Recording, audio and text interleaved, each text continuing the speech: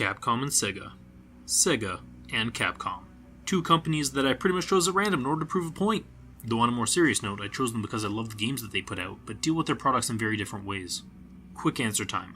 Sega treats digital games as products that don't lose value over time, whereas Capcom treats theirs like with physical goods.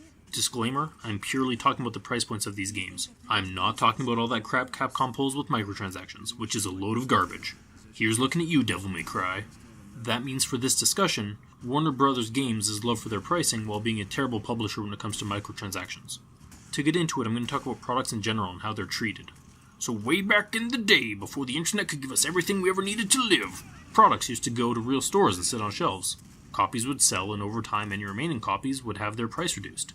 Shelf space was scarce, and those unsold copies could instead be replaced with something new and exciting, which could be sold for full price. As these things aged, their value depreciated over time. Super simple and obvious, I know. But the internet and digital goods rose to prominence. Suddenly there was no need to fight over shelf space since there was room enough for all. Oh, what a glorious day for Canada, and therefore the world. Gaming publishers decided that their product was special, and does not abide previously established rules. But it's not special. Games aren't special. And unlike Sega, Capcom knows that. Digital goods are great.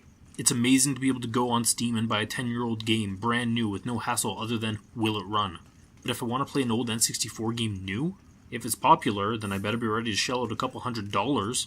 If I want to play it today and not wait for shipping from eBay or Amazon, better hope I can find a copy at an old games dealer or pawn shop. Heck, if it's used, there's no guarantee it'll work. Having old catalogs available at the click of a button is great for everyone. But with digital sales, you have infinite shelf space. Previous games on a shelf only had to compete with the other 50 or so games that could fit on it. Suddenly they have to compete with everything ever added to the store.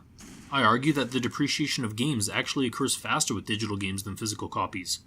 Once physical copies were gone, the price increased due to scarcity. Heck, remember when GameStop conveniently got its hands on used copies of Xenoblade Chronicles and sold them for $90 US a pop? I do. But that doesn't happen with digital games. They're always there. And as new games come out, they fall further into obscurity. Now here's the thing. Not everyone can afford to pay full price for a game. It's the same for every product. And as the price decreases over time, you hit tiers of pricing that people are willing to pay. Some people can't afford to watch movies on release, so they wait until it hits the cheap theater a couple months later, or they wait till it goes on Netflix or video on demand. And it's the same for games, but a lot of new games don't do that, and here's where we're going to talk about Sega, Capcom, and also Steam. I have a lot to say about Steam, but I'll save it for a different video. I love the Total War series. I've loved it since the first Total War game. I also love the lore of Warhammer, so when they announced Total Warhammer, I was psyched. But I also have a lot of games on backlog, a lot of games I'm waiting for, and not the strongest computer, so I was happy not playing it on release because I could get it later at a lower price. And to everyone who chimes in with if you can't pay, don't play it, thank you for being entitled and an idiot not understanding basic business sense. Anyway, here's the main page for Total Warhammer. At this point, they've released Total Warhammer 2, but they're still selling the original for full price. It's lunacy. Here's Capcom. They released Resident Evil 7 in January 2017, 7 months after Total Warhammer, but are selling it for half the release price. See the difference? Capcom knows that products are worth different amounts to different people. Want to play right away? Then you pay full price. Can't swing it? Well, we'll reduce the price over time until you can. Sega doesn't grasp this. They live in their bubble thinking that their well-reviewed game is untouchable. In fact, Sega's even worse. They've released a metric butt-ton of DLC. I personally believe that DLC should never end up costing you more than the game itself, but that's personal opinion. If I wanted the full edition of Total Warhammer, it would cost me $154. You know how a lot of publishers release Game of the Year editions which combine the game and DLC to get more sales and have a longer tail? Sega doesn't. And they do this for all their games. Heck, the only game they've reduced the price on was Dawn of War 3 because it was a complete failure and they want to recoup their losses. And now Steam enters the stage.